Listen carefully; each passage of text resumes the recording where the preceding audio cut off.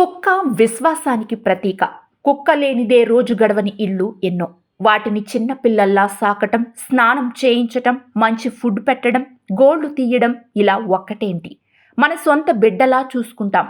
అలాంటి మూగ జీవాలు ప్రేమను కురిపించే ఆత్మబంధాలు. ఇంట్లో మనలో ఒకరిలా కలిసిపోతాయి, కుటుంబ సభ్యుల్లా అల్లుకుపోతాయి. ఇదంతా బాగానే ఉంది. కొన్ని సందర్భాల్లో కొన్ని కుక్కలు కొన్ని ప్రాంతాల్లో పసిబిడ్డలను కరిచి చంపడం, రోడ్లపై పుచ్చిపోయి పిచ్చి కుక్కలై చిన్న పిల్లలను, పెద్దవారిని, ఆడవారిని, ముసలివాళ్లని అనే తేడా లేకుండా అందరినీ భయభ్రాంతులకు గురిచేస్తున్నాయి. ఇంట్లో నుండి అడుగు బయట పెట్టాలంటే భయం. ఉదయమో సాయంత్రమో వాకింగ్కి బయటకు వెళ్లాలంటే భయం. సాధారణంగా దొంగలకు భయపడడం పరిపాటి. ప్రస్తుతం కుక్కలకి భయపడాల్సి వస్తోంది. ప్రతి వీధిలోనూ, ప్రతి రోడ్లోనూ కనీసం 5 లేదా 6 కుక్కలు. ఏదైనా ఒక కుక్క అరిస్తే అన్నీ 10, 20 పరుగెత్తుకు రావటం.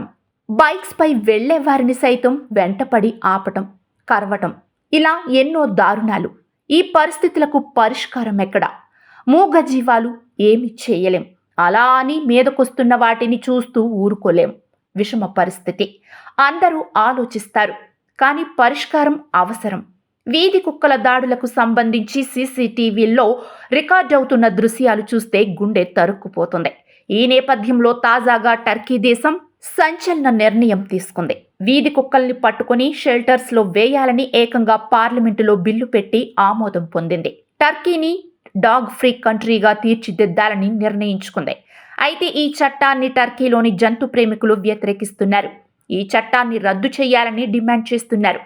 కారులో తిరిగే వారికి ప్రమాదం ఉండకపోవచ్చు, కానీ కాలినడకన బైక్ మీద వెళ్లే వారికి మాత్రం వీధి కుక్కలతో శ్రేయస్కరం కాదు. ఇటీవల తెలంగాణ హైకోర్టు కుక్కల విషయంలో జీహెచ్ఎంసీకి, ప్రభుత్వానికి కొన్ని ఆదేశాలు జారీ చేసింది. వీధి కుక్కల గురించి ప్రజలు సంప్రదించడానికి ప్రత్యేక హెల్ప్ లైన్, ఫిర్యాదు అందిన వెంటనే కుక్కలను పట్టుకోవడానికి సరైన వాహనాలను ఏర్పాటు చేయాలని ఆదేశించింది. కుక్కలకు తగినన్ని షెల్టర్లు, వెటర్నరీ హాస్పిటల్స్, తరలింపుకు వ్యాన్లు, mobile operation theatres, sterilise vans, సంరక్షణ కేంద్రాలతో జంతు పునరుత్పత్తి నియంత్రణ జరపాలని ఆదేశించారు.